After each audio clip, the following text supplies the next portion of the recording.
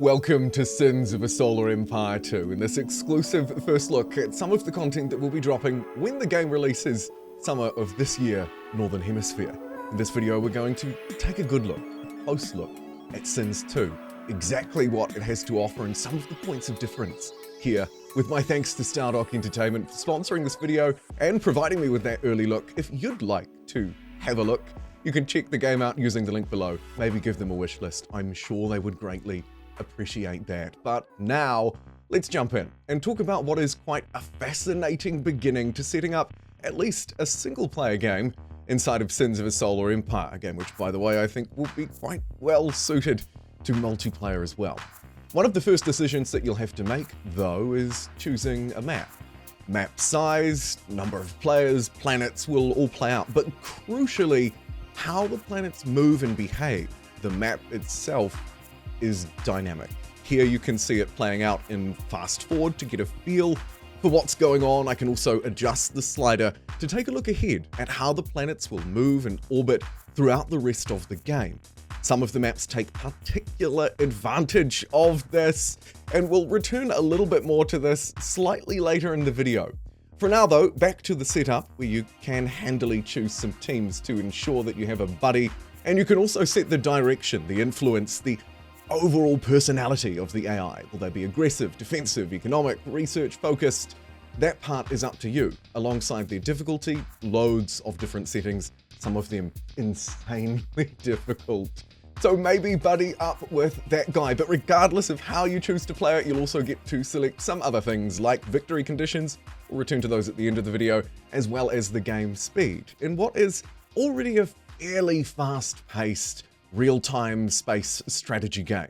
Now let's delve in a little bit more and talk about what happens once you actually start that game. Let's talk the early game. You'll begin with one humble planet with not a lot of development in it, and you'll be tasked to interface with the game itself. Here you'll be either building ships and upgrading them, or likely exploring with them, because of course you're going to need to send out some of what are effectively probes to try and get a feel for the planets around you, those connected to you, and where the rest of the resources will be, because of course colonization is the ultimate focus, and to do that we're going to need some ships, and we should also focus on leveling up, upgrading the planets as well. Research points, mining points, all backed up by the overall research systems, which are honestly pretty fun to use, pretty intuitive to use as well. I feel like the learning curve here isn't massively steep.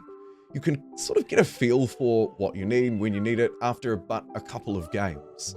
Colonization, of course, being ultra important, but it can't be achieved even in the very early game without a fleet. And I'll delve a little bit deeper into the fleet as we move through the rest of this video, so I won't spoil too much just yet, other than to kind of reinforce that ship type and construction is obviously fundamentally important, supported by research and how you spend those research points. Civilian research points unlock new tiers of research, 1 through 5 as you can see. And of course the technologies become more and more powerful, so upgrading your research speed and overall capability is massive. This is effectively a race to try and get the best technology, or alternatively to outflank and outmaneuver your opponent in what are ultimately real-time fights. You can pause or speed up the game to like 10 times the speed, so there are a lot of options for playability at least. Speaking of playability, one of those massive features is the revolving door of the game. The way that the planets themselves move around, you can observe the future orbits and ultimately lane changes of the map. Here I'll replay it in slightly slower motion so you can see one example of how my planet will be connected and then won't be. And then of course, how it will build those new bridges, new lanes, the future orbits that will play out over the course of the rest of the game, because as I've alluded to already, the games aren't massively long. Maybe 1 hour on a really quick speed, or 2 perhaps, maybe 3 if you're taking your time and playing slow. I don't know. It'll change a bit over time, of course. This is but an early look.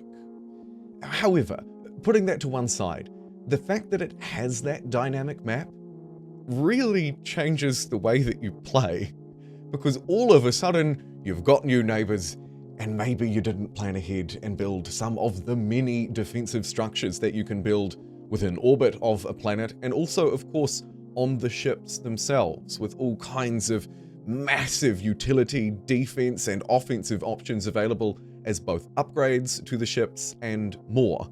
Let's delve in a little deeper then into fleets and factions. Who are you playing as, and what are you playing with?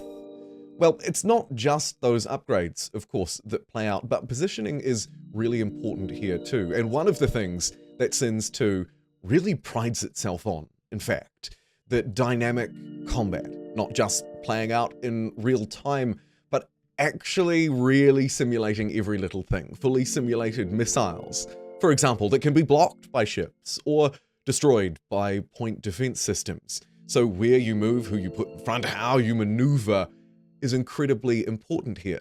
Turrets with their own pitch and tracking speeds, making different firing options, very important for how you approach the battle as well. All of those different layers playing out in a real-time combat simulation. It's not the easiest thing. It's not overwhelmingly difficult either. Definitely some learning curves that I found. My first game, nowhere near as polished as my second.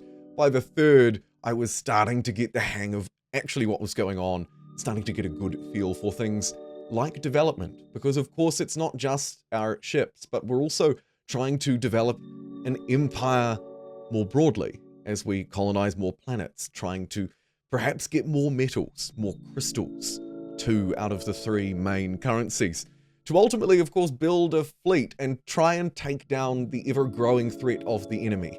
That intensity that some real-time strategy games can deliver, particularly ones that aren't stretching out over 10 or 20 or heck, 30 hours even, for what is essentially a single-player skirmish, a sandbox match, if you will.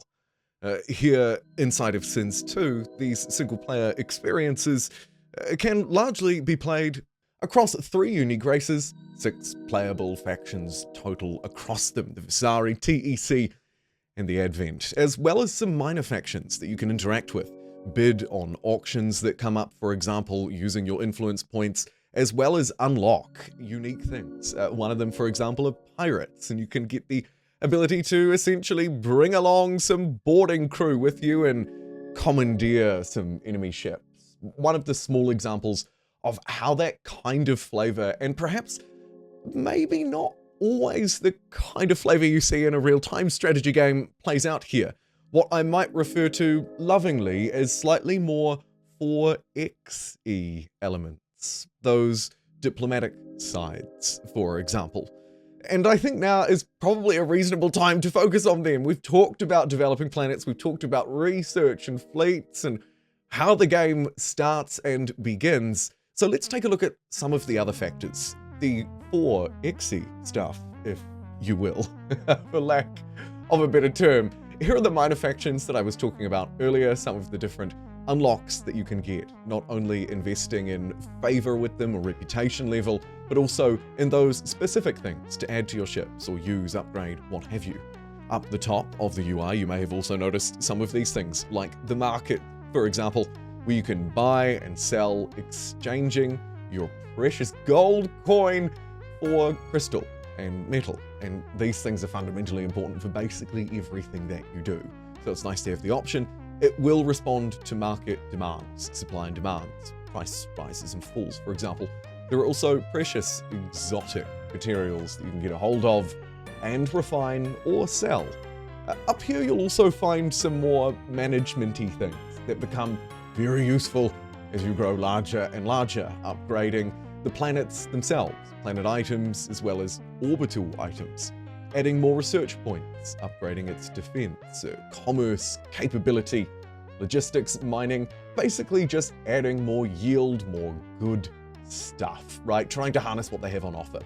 This management view, obviously very useful if you have a lot of stuff, but also takes away a little bit from the dynamic world. You might just miss a collision of worlds if you pay too much attention to these screens. So I find that a balance is very much useful. but man alive, are they appreciated, particularly as I've done here. Once you work your way through the tech tree, which can be done quite quickly or sort of on par with the rest if you wish, depending on how you develop, you'll have a lot of things to choose from. Capital ships, as well as star bases defending worlds that might be on the border, or at least the border for now. Managing all of this stuff here is a real winner. I found overall the UI is pretty good, and the AI as well. As I mentioned earlier on, if you set it to extreme, it will go hard. So be prepared in future for that. Now it might be time to look at going hard and getting a sweet victory, which can be achieved in a few different ways. You could choose to turn on the more colonial victory and achieve that sweet status by taking over the majority of the planets. Alternatively, you could also go for home-based destruction, where you have to destroy their effectively capital worlds, the worlds that you would expect to be very well defended. Doing so, of course, requires a strong economy, colonization, growth, and building a fleet and having the resources to do so. And that's the fundamental driver behind, as I've already said, what is a fairly quick experience. I suspect one that will be very well suited to multiplayer, and as you round it out, you can check out a whole load of great stats, as well as watch a replay. Like a real replay, not like a 2D pixel screen, but actually full on the game. Skip through the timeline, change your perspective to watch other players, see how stuff developed, how you fell behind early on, perhaps as I did here. It's a wonderful experience. If you'd like to find out more about Sins 2, you can check it out, maybe give them a wish list using that link below. And I'll see you next time.